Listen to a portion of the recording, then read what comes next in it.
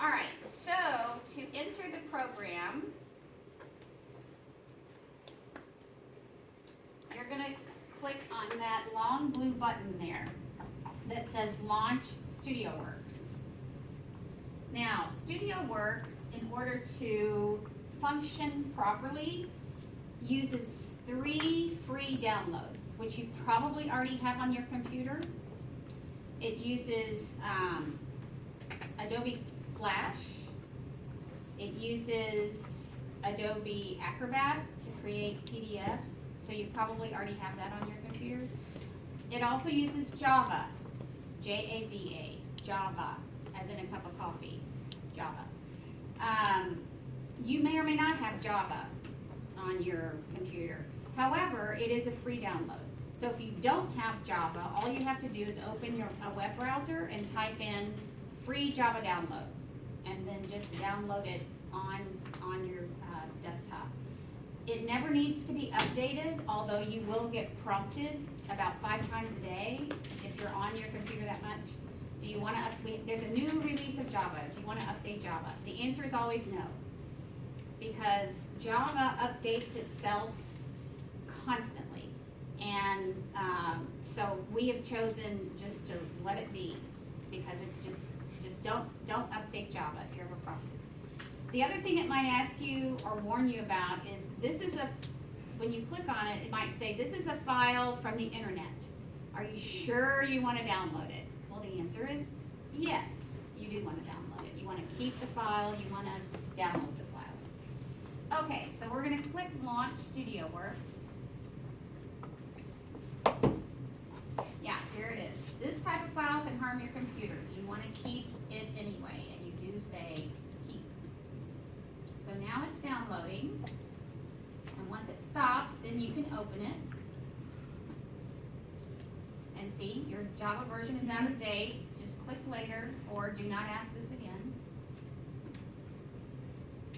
And there it goes. It's simple. Looks like a cup of coffee. So do you want to run this application? Yes, you do want to run it. There it goes. You don't have to do anything else. Just let it run. Okay, so this is going to take us to the landing page of the yearbook software creation program, or also known as Studioworks. Okay, since this is the first time that we've opened the yearbook project for this year, it's prompting us about a couple of things. One is it's asking us to create a font collection. So I'm just going to add, right now there's times in your font collection, and then there are these standard ad builder fonts that are in your font collection.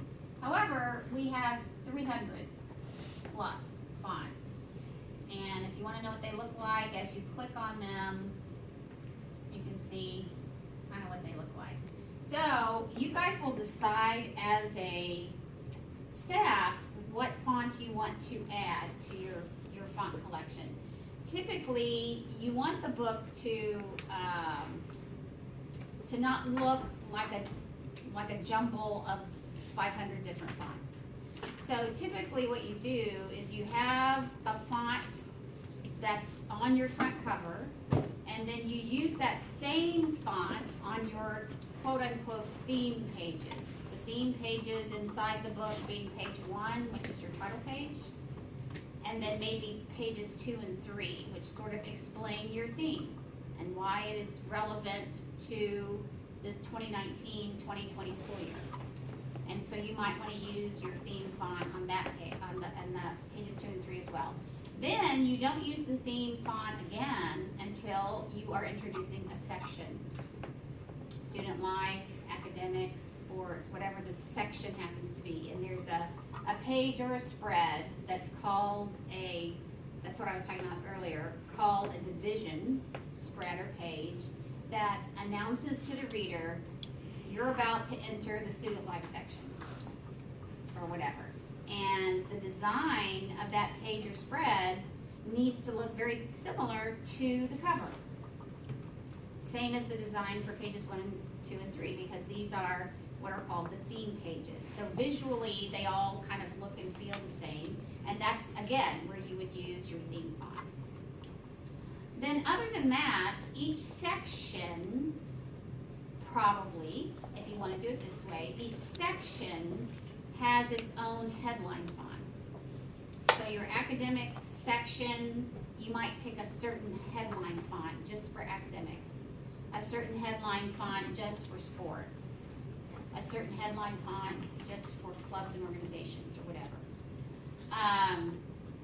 On some specialty pages, however, you can kind of jazz them up a little bit. Let's say that you have a Halloween fall carnival or something. Well, for that particular headline, just on that page or spread, you might want to use a scary looking font for the headline. You know what I'm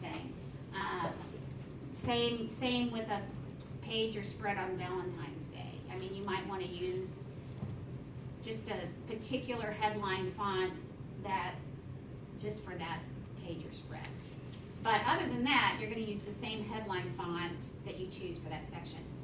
Then for your captions, which tell what's going on in the pictures, captions are always 8-point, and they're always the same font throughout the book.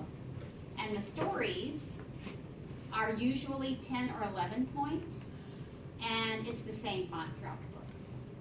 So that's why, you can build your font collection at any time. The advisors, you guys won't see this. Your advisors are the ones who can see this. But the way that you add a font is you simply click on the font that you want to add and arrow it over. If you are selecting a bunch of fonts, like maybe you want the entire family of Franklin Gothic, you want that entire family, then you just hold down your shift key and you can arrow all of them over. So that's how you do that. Now, if you want to get rid of Franklin, you decide you don't like Franklin Gothic, or you don't want so many choices, then you can just click and arrow them back to where they came from. Okay? And then we have to save what we've done. All right. And then I'm going to go ahead. You're an all-color book, so you can use any or all of the colors that we have. So I'm going to go ahead and load those in as well. And then we'll do the actual named Balfour colors too. And we've got a font poster that shows you what these colors look like. You cannot go by your computer screen because your computer screen is not color calibrated. But in your kit, your yearbook kit, you're going to have a color poster that has been printed on one of our professional Komori presses that we have at the plant. And let's see, yeah, the color poster will look like this. And so this is how you should pick colors off of this chart, because this is what they're really going to look like when they're printed professionally at the plant.